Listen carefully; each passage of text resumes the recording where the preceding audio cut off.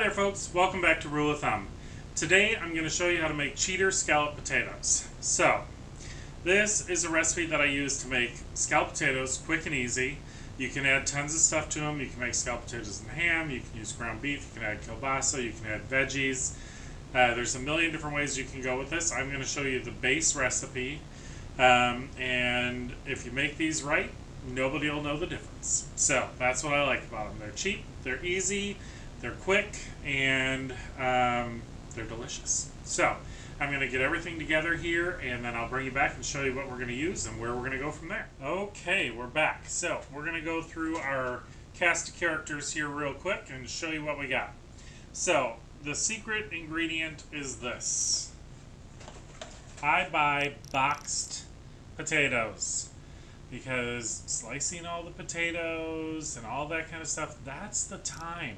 Layering all your potatoes, all those kind of things, that's what makes scalloped potatoes or AuGratin potatoes or, you know, however you want to call them, that's what takes the time.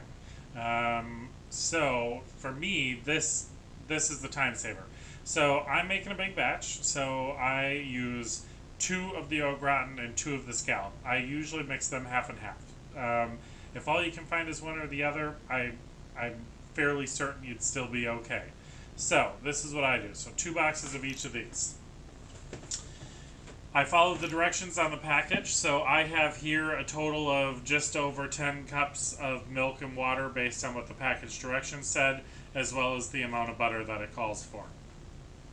So then I go ahead and add some of my own seasonings. So I have a teaspoon of Lowry's, a teaspoon of white pepper, a teaspoon of onion powder, a teaspoon of garlic powder, and 2 tablespoons of parsley.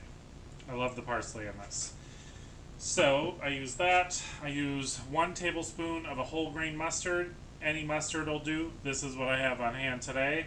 And that just adds a background note. You don't really taste the mustard per se.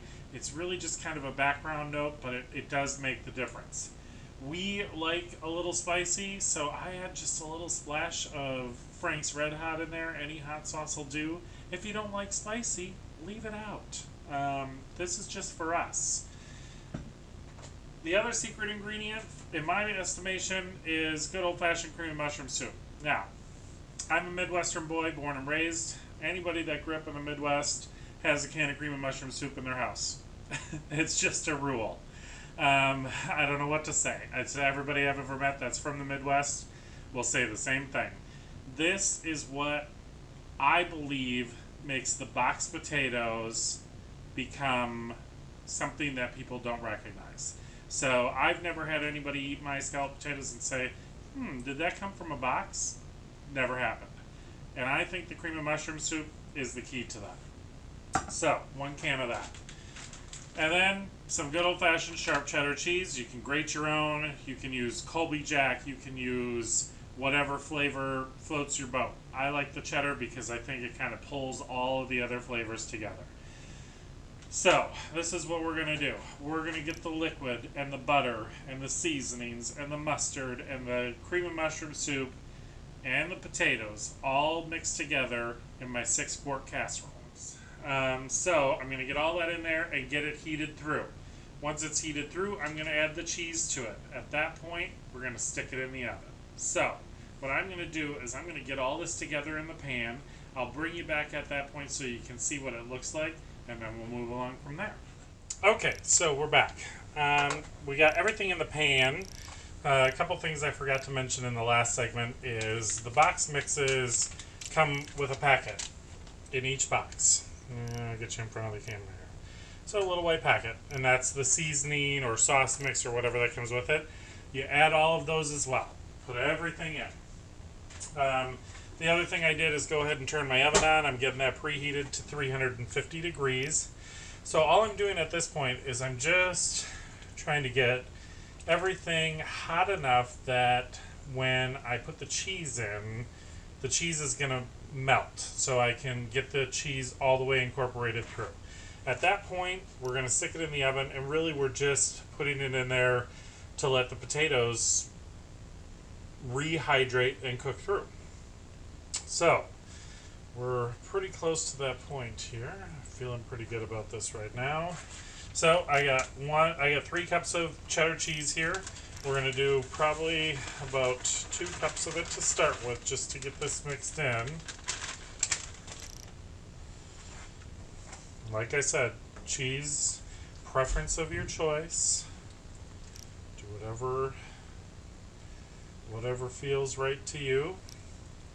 So we're pretty good here.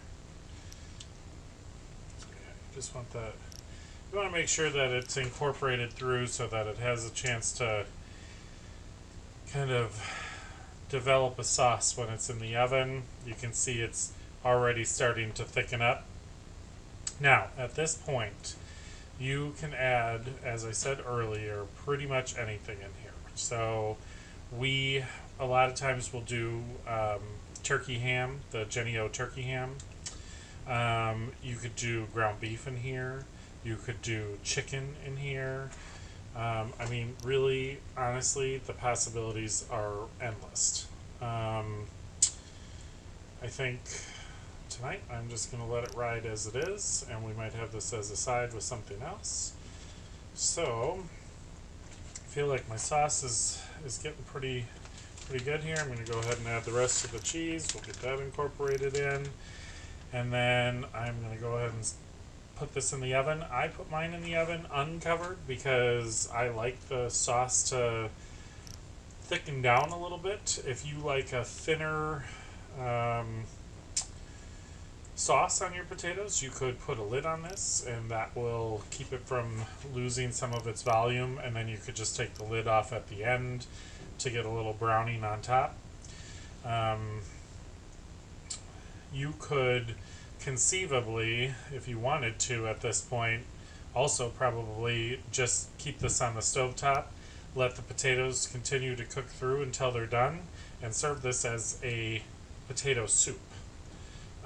So, I mean, really, again, you hear me talk about the rule of thumb here, folks. This is it. This is a method. This is, where are you going to go with it from here? So we've gotten it this far. I mean, I can tell you from past experience without even tasting this, the flavor on this is out of this world. So, your choices are endless from here. Go ahead and eat it as a soup. Feel free to cook it down a little bit and make it a, even thicker version of scalloped potatoes. Put the lid on, do it halfway in between, jazz it up with whatever you want. I mean, this is true, true versatility, folks. So, at this point, I'm feeling good about where it's at. I'm going to go ahead and pop this into a 350-degree oven. I'm probably going to have it in there for about 45 minutes. We'll see how it comes along. I'll bring you back when I'm ready to pull it out and let you know how long we had it in there and let you take a look and see how it looks. Okay, folks, we're back. I had these in the oven for about 40 minutes. And just, I stirred through them. I feel like the potatoes are right where I want them because I like my potatoes to still have a little, what they call tooth to it or a little chew to it. I don't want them to turn to complete mush, but you can see the sauce has thickened up here. And as these sit, they're going to thicken even more. So, one of the things I love about this, using this for holidays or any type of family get-together or anything like that, is this is something you can do. You can take it out of the oven, put a lid on this, set this aside. These will keep warm for probably up to an hour. So you can finish all of your other stuff, come back to these, because these don't need to be piping hot, steaming hot, because you can't eat a potato when that's hot, when it's that hot. So this is a great dish that you can get done, set it aside, do all the rest of your stuff, come back. These are going to be perfect. They're going to have thickened up a little, and they're going to be awesome. And like I said, nobody is going to know that you didn't go through all the trouble of peeling and slicing and all of that kind of stuff that goes into making scalloped potatoes. So, or potatoes AuGratin, or somewhere in between. So I hope you enjoyed this. Like I said, this is just another method. This is a method to get to the recipe that you want, that's going to make your family happy, that's going to meet the needs of the meal that you're in. Use these as the original recipe, add to them, take away if there's something I added in that you don't like, make them yours, use the method. As always, I hope you enjoyed this video. If you did, please like, share, and subscribe. As always, I hope you had a great day. Come back and see us soon.